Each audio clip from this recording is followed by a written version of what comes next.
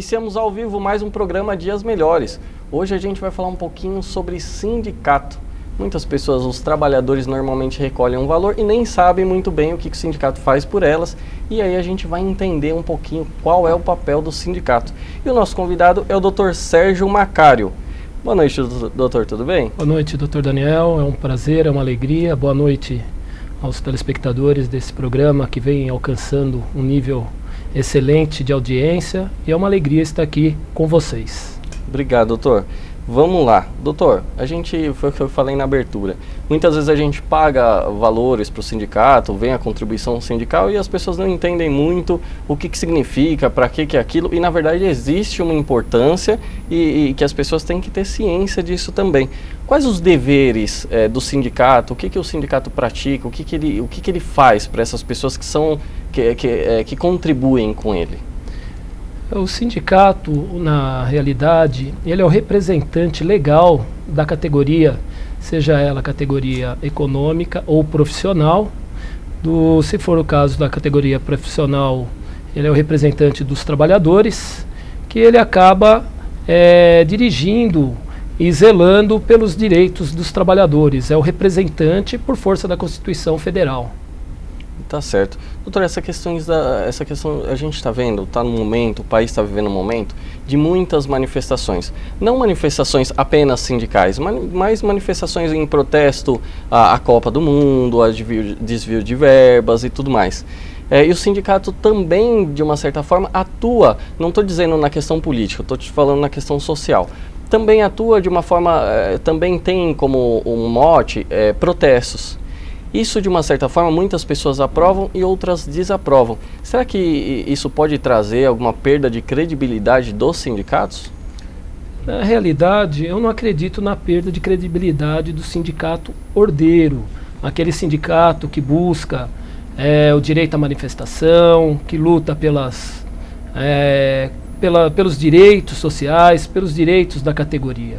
Agora, é preciso nós separarmos o conflito que se existe numa manifestação desordeira, que é aquele que quer levar tumulto, desordem à sociedade, e em relação às manifestações legais que visam a melhora da sociedade como um todo. O sindicato, quando ele vai buscar uma manifestação, é evidente, ele tem as regras ali estatuídas pela própria legislação para que justamente não se caia no campo da desordem. Então, assim, o sindicato, ele busca, sim, reconhece toda a manifestação, até porque o direito à manifestação é o direito constitucional, desde que seja algo mantida a ordem em busca de direitos.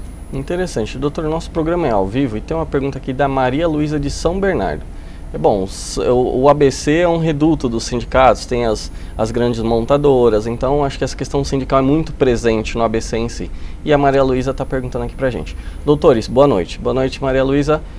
Com o Partido dos Trabalhadores no governo federal, as decisões de um sindicato podem acabar sendo tendenciosas? Olha, Maria Luísa, boa noite. É uma pergunta interessante, mas também se torna necessário separarmos as coisas, né? Primeiro porque o sindicato, quando ele atua na defesa dos trabalhadores, é evidente que ele atua para determinado grupo, que restringe-se à sua categoria, né? É evidente que um sindicato muito atuante, ao qual eu trabalho, que é o Sindicato dos Metalúrgicos do ABC, geralmente as questões, elas acabam não ficando só restrita ao campo das categorias, porque veja, Daniel, é um sindicato que busca a inserção dos valores tidos da PLR, a exemplo, na economia.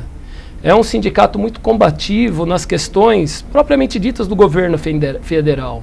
Então, assim, ele pode acabar conduzindo alguma manifestação do sindicato que respalde no governo federal, no governo estadual, enfim, pode sim, é perfeitamente elegível. Por quê? A categoria dos metalúrgicos, a exemplo do que eu lhe digo, é uma categoria muito grande e o sindicato ele não pode ficar só restrito no campo da categoria a qual atua. A visão ela tem que ser uma visão macra, você tem que buscar benefícios, incentivos à região como um todo, ao Estado como um todo e, por que não, para a nação também. Então nós não podemos ter a concepção que o sindicato deve apenas se preocupar com questões afetas à sua categoria preponderante. Deve sim ter uma visão mais ousada. Bom, tá aí, Maria Luísa, acho que a gente respondeu, o doutor respondeu bem a pergunta, e qualquer dúvida pode encaminhar para a gente, que a gente continua trabalhando sobre o assunto. Doutor, a gente ouve muito falar em greve, e greve é um direito constitucional. Se o trabalhador não está satisfeito com a atuação da empresa e tal, ele tem o direito de fazer greve. Isso é garantia constitucional. E muitas vezes, se meia dúzia vai lá e faz greve, vai dar problema e realmente não é a forma mais aconselhável. Qual que é o papel do sindicato? Não que o sindicato estimule greve, não é isso que eu estou dizendo. Mas o sindicato, de uma certa forma, organiza uma maneira de exigir da empresa com que ela cumpra seus direitos, os direitos dos trabalhadores. Qual o papel do sindicato em uma situação dessa? O papel do sindicato, como representante da categoria, é zelar e manter os benefícios e a própria ordem da categoria, através da greve, através da mesa de composição, você busca-se sempre o entendimento. Por isso que, quando você vai comunicar a empresa da greve, a lei exige que 48 horas a empresa seja notificada para que busque uma composição para o sindicato. E se essa composição ela for frustrada, o caminho para que você faça com que os empresários eles busquem o entendimento é a paralisação. Sim. Porque ali você afeta diretamente o quê? O bolso dos maus empregadores. Mas eu lembro você que a questão da greve é uma questão assim que ela é uma questão legal, é uma questão de sobrevivência da categoria, e sem esse mecanismo você não teria muitas empresas junto à mesa para poder justamente negociar. Porque o interessante não é você parar uma empresa, não é você, como se diz, matar uma empresa, mas sim, nós necessitamos das empresas vivas, mas isso também tem que mudar a concepção do mau empregador, que não quer vir às negociações, não estimula uma negociação continuada, deixa tudo para o dissídio, e quando se chega no dissídio, muitas vezes você acaba tendo o quê? O confronto, a greve, que em muitos casos é um remédio amargo, mas conseguimos necessário, ali através necessário. Muitas vezes necessário. Doutor, e nessas circunstâncias, eu sei que não é a única, mas existe a possibilidade de greve e aí de repente o empregador promove uma demissão em massa. Como é que o sindicato age em uma circunstância dessa? Porque de uma certa forma o sindicato incentiva, mas o empregado corre um certo risco. Ou não, dependendo se for declarado uma greve legal e tudo mais. Explica um pouquinho para a gente numa situação dessa, doutor. Os tribunais eles vêm entendendo que as greves em massa elas são nocivas não só àquele grupo determinado que foi dispensado, mas sobretudo é nocivo para a sociedade como uma forma geral.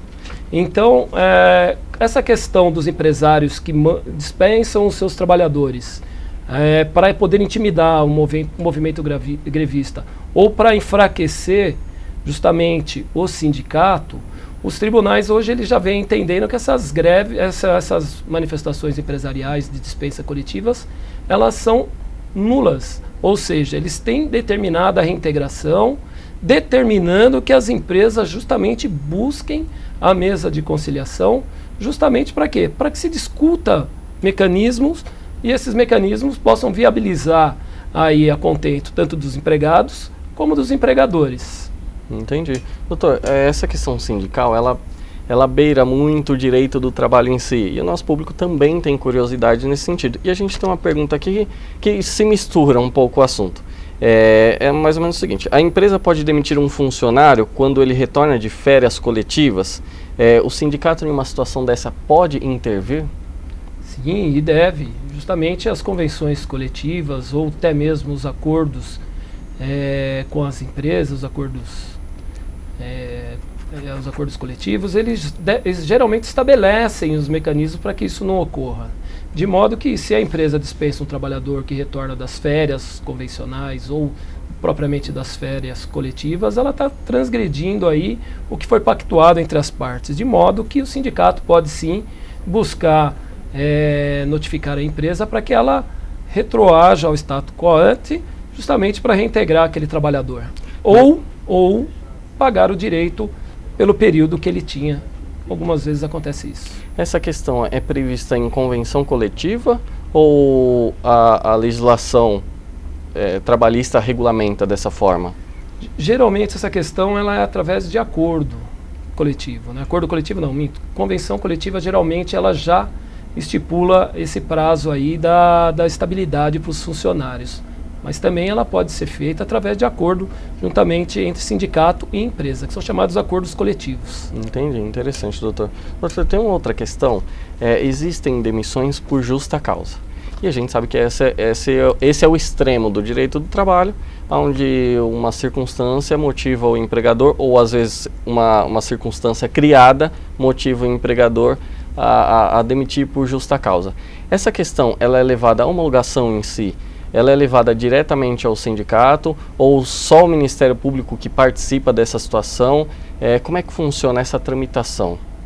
Geralmente, por força até da CLT, artigo 477, salvo o melhor juízo, parágrafo 1º, diz que as homologações devem ser feitas no sindicato da categoria ou no Ministério do Trabalho. Há cerca de uns 8 anos, mais ou menos, houve uma determinação que todas as demissões fossem feitas no sindicato da categoria, né? E por óbvio que, sendo assim, as empresas elas necessariamente têm que passar pelo sindicato, mas algumas delegacias regionais do trabalho elas têm efetuado sim as homologações. Isso é legal. As delegacias fazerem também a homologação é legal. É legal por força até mesmo do artigo 477 da CLT que prevê essa possibilidade. E o sindicato? Eu sei que é um direito pessoal, mas muitas vezes a pessoa não é assistida por um advogado, porque desconhece as leis e tal, e aceita, de uma certa forma, aceita essa demissão por justa causa. O sindicato voluntariamente pode procurar essa pessoa, fornecer um advogado, orientar para que essa pessoa busque os seus direitos, até uma reversão dessa justa causa. O sindicato faz isso? Não? Geralmente, o que acontece no papel do sindicato, quando existem as dispensas por justo motivo, as pessoas, hoje, assim, os trabalhadores são pessoas, numa grande cota hoje, trabalhadores instruídos, de modo que conhecem razoavelmente seus direitos. Então, geralmente, eles já tomam a iniciativa, feita a homologação, vão ao sindicato, o sindicato tem um departamento jurídico próprio, que ele dá assistência ao trabalhador, buscando justamente a reversão da pena que foi imposta de justa causa para uma dispensa, se o caso assim for, por dispensa sem justa causa. E com isso, abarcando todos os direitos trabalhistas. E, doutor, uma dúvida. As pessoas recolhem um determinado valor direcionado ao sindicato. Essa assistência jurídica que é atribuída ao trabalhador, ela é cobrada pelo sindicato ou o sindicato já tem uma estrutura própria para fornecer esse tipo de assistência? Por força de lei, toda assistência no sindicato, elas não são cobradas, né? Elas não são cobradas. Então, seja o associado ou não, a legislação prevê essa assistência gratuita. Associado ou não? Associado ou não. Porque daí, quando nós falamos da categoria. Interessante. É evidente que o sindicato tem seus custos. O sindicato, claro, às vezes, dispõe de peritos, assistentes, mas toda a estrutura o sindicato coloca à disposição dos trabalhadores. Que interessante, doutor. Muito, muito bom. Bom, a gente vai a um rápido intervalo. Programa Dias Melhores, Web TV São Caetano, nossa cidade é o canal.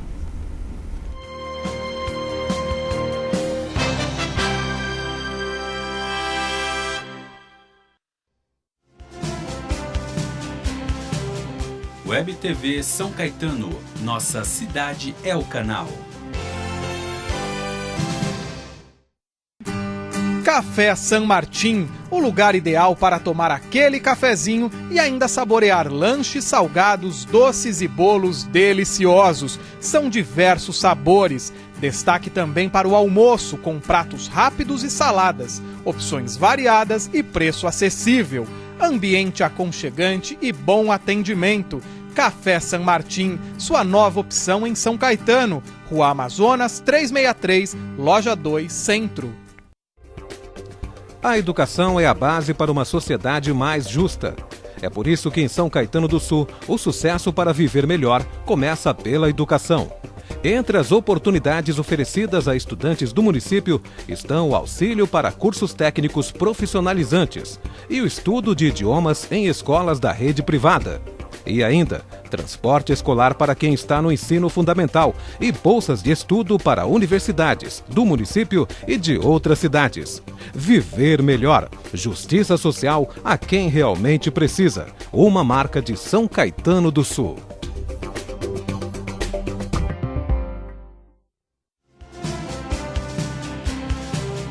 Web TV São Caetano. Nossa cidade é o canal.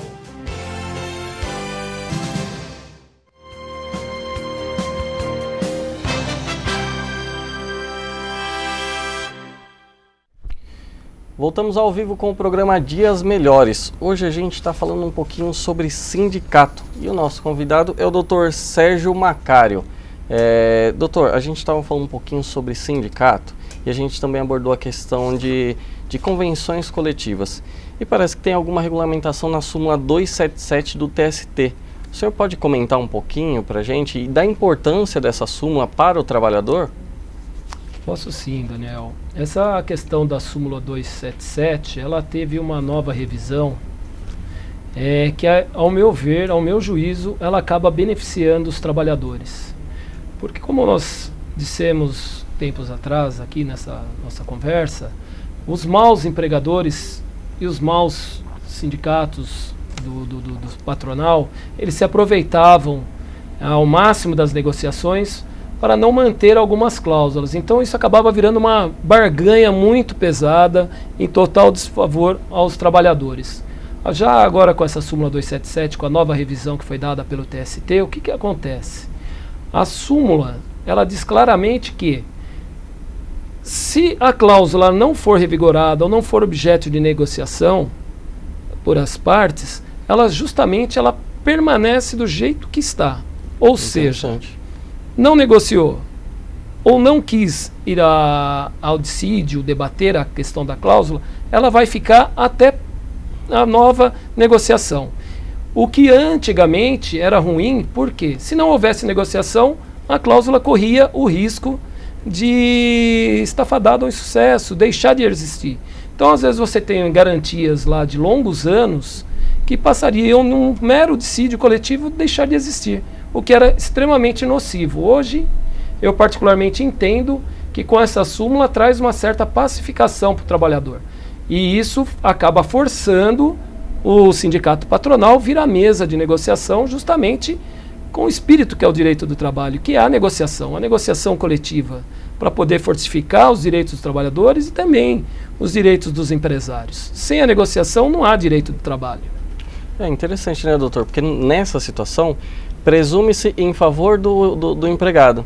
Então, não foi tratada a questão que já existiam outras convenções, então presume-se que todos estão de acordo que essa cláusula continue. Parece o mais lógico, mais sensato, né? Interessante essa súmula do TST. E, doutor, a gente tem mais uma pergunta, é da Luísa Mendes de São Bernardo. Doutor Macário, boa noite. Hoje, qual a maior dificuldade dos sindicatos? E ela continua, é fato que essa massa ganhou um espaço com o Lula. Parece, a produção voltou. É fato que essa massa ganhou um espaço com o Lula e a Dilma, mas caso mudasse o governo federal, será que teria espaço, que o sindicato continuaria tendo espaço? Luísa, boa noite. É uma pergunta interessante que, de certa forma, os sindicatos, eles ganharam talvez um pouco mais de visibilidade por ser um governo do PT que está lá. E, sobretudo, o Sindicato dos Metalúrgicos do ABC, que nasceu, aliás, o PT nasceu de dentro do Sindicato dos Metalúrgicos. Se houvesse uma mudança de governo, eu não acredito que haveria uma mudança nas condições dos sindicatos. Até porque os sindicatos, eles existem por força da Constituição Federal e são regidos por lei própria, de modo que mudando o governo ou não, dependeria muito da Câmara dos Deputados e do Senado uma alteração. De modo que o governo, ao meu juízo, pouco poder tem sobre isso. Entendi. Doutor, de uma certa forma, a população faz uma certa confusão, ou faz uma junção entre sindicato e política, talvez por causa do nosso ex-presidente Lula, e aí sempre ficou associado. Mas por outro lado, a gente nota a existência de alguns políticos de alguns sindicalistas, presidentes de sindicatos, que se candidatam a cargos eletivos. É uma pergunta bem pessoal, doutor. O senhor fique à vontade, se entender que não é interessante responder, também tudo bem. Mas o que o senhor acha dessa situação? Existe talvez fica um pouco fragilizado a coordenação do sindicato por se direcionar muito à política, ou não afeta em nada, porque na verdade esse presidente, ele vai para o Congresso Nacional para tentar, ou para a Câmara Municipal, ou para onde for, para tentar ajudar os trabalhadores. O que o senhor pensa a respeito desse tema? Então, Daniel, eu fico muito à vontade para falar, porque, veja, como eu disse também há minutos atrás, o papel do sindicato ele não pode estar restrito, único e exclusivamente nas questões voltadas a determinada categoria. Nós entendemos que o papel do sindicato, o papel do diretor sindical, ele é um papel que ele deve ir além dessas questões. Volto a dar o exemplo do Sindicato dos Metalúrgicos do ABC. A diretoria de lá, ela é eleita e ela só pode cumprir 2 mandatos. Justamente porque, para não se eternizar naquele poder do sindicato, e o sindicato sempre buscar ter uma visão progressista, uma visão para frente. De modo que esses diretores que acabaram passando pela direção do sindicato e depois desses 2 mandatos, se eleitos, eles naturalmente têm que buscar a contribuição deles também expandido para a sociedade, não ficando limitado, volto a dizer, a determinada categoria. Então, o papel da sociedade é um papel preponderante para que cada um dê o seu melhor para que possa justamente ajudar a vida de todos. E nós temos na Constituição Federal nada mais o princípio da solidariedade.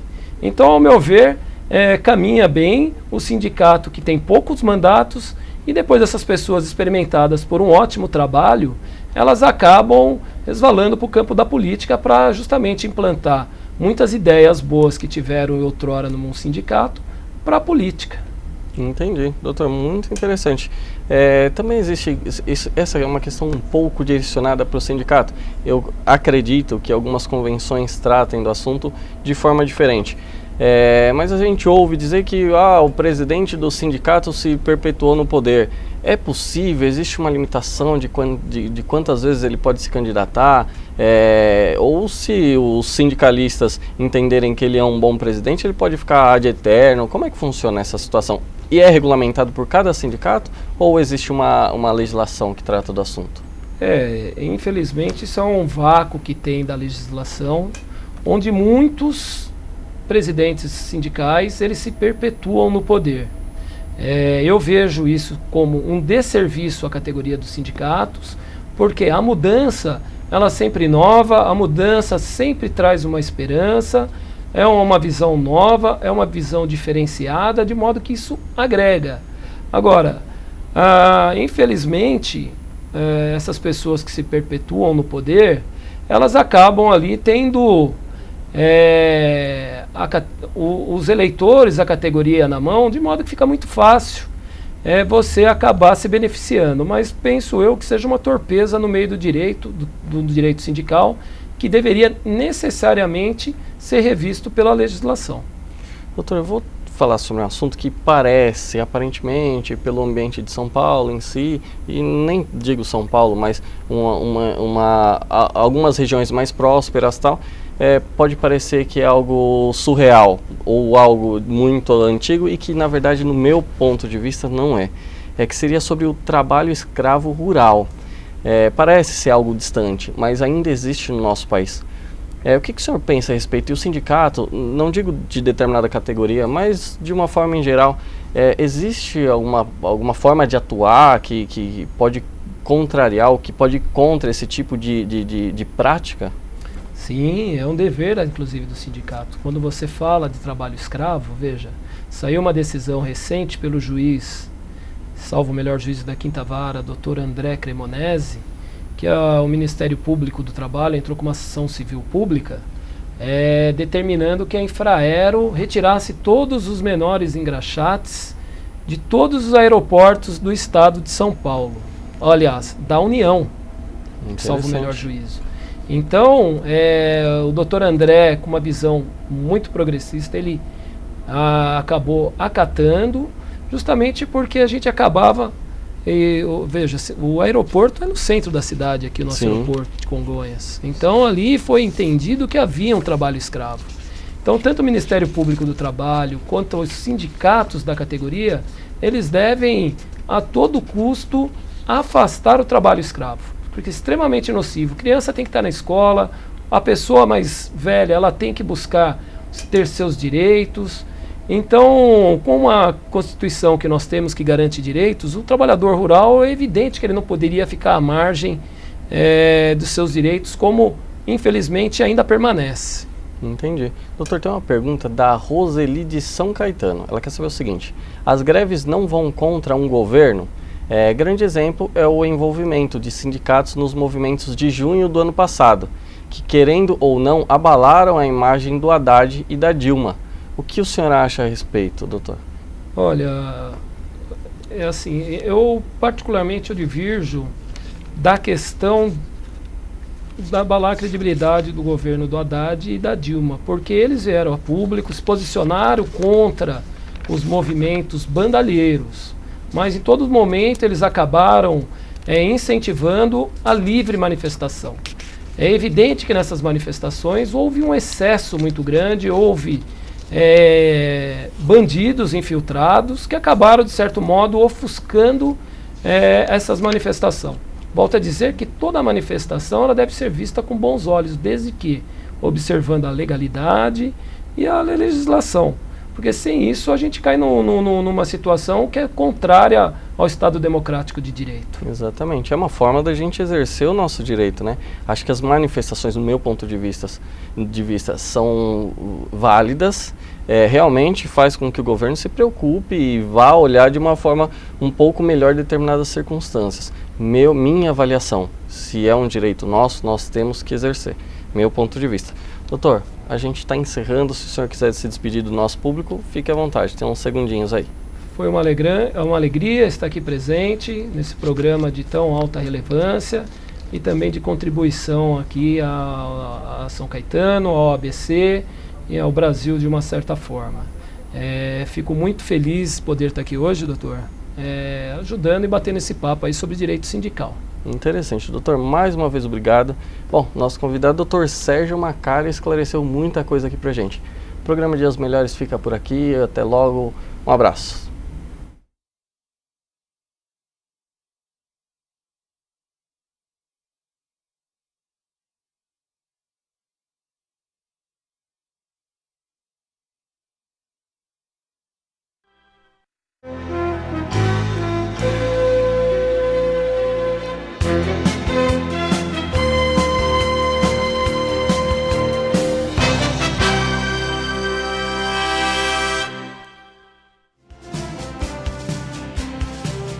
Web TV São Caetano, nossa cidade é o canal.